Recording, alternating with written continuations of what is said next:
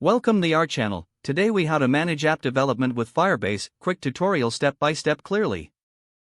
Start by understanding what Firebase is and how it can simplify app development. Begin by creating a Firebase account if you don't already have one.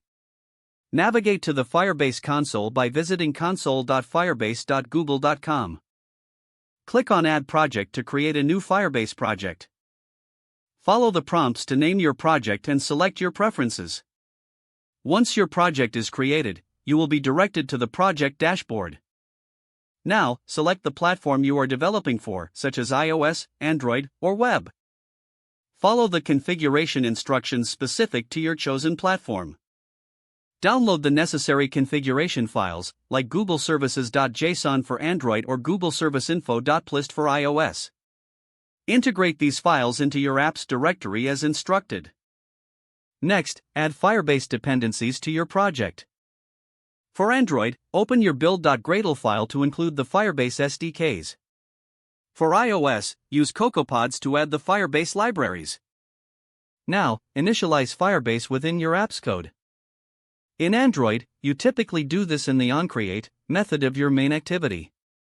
For iOS, you'll initialize Firebase in your app delegate. After initialization, explore and integrate the Firebase services you need, such as Firestore, authentication, or cloud functions. For Firestore, create a database from the Firebase console and set up rules for data access.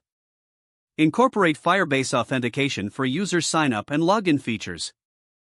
Choose from authentication methods provided, like email/password or Google Sign-in. To manage your app's backend, use Firebase Cloud Functions for server-side logic. Write your functions in JavaScript or TypeScript, and deploy them using the Firebase CLI. Make sure to test your functions locally before deploying them.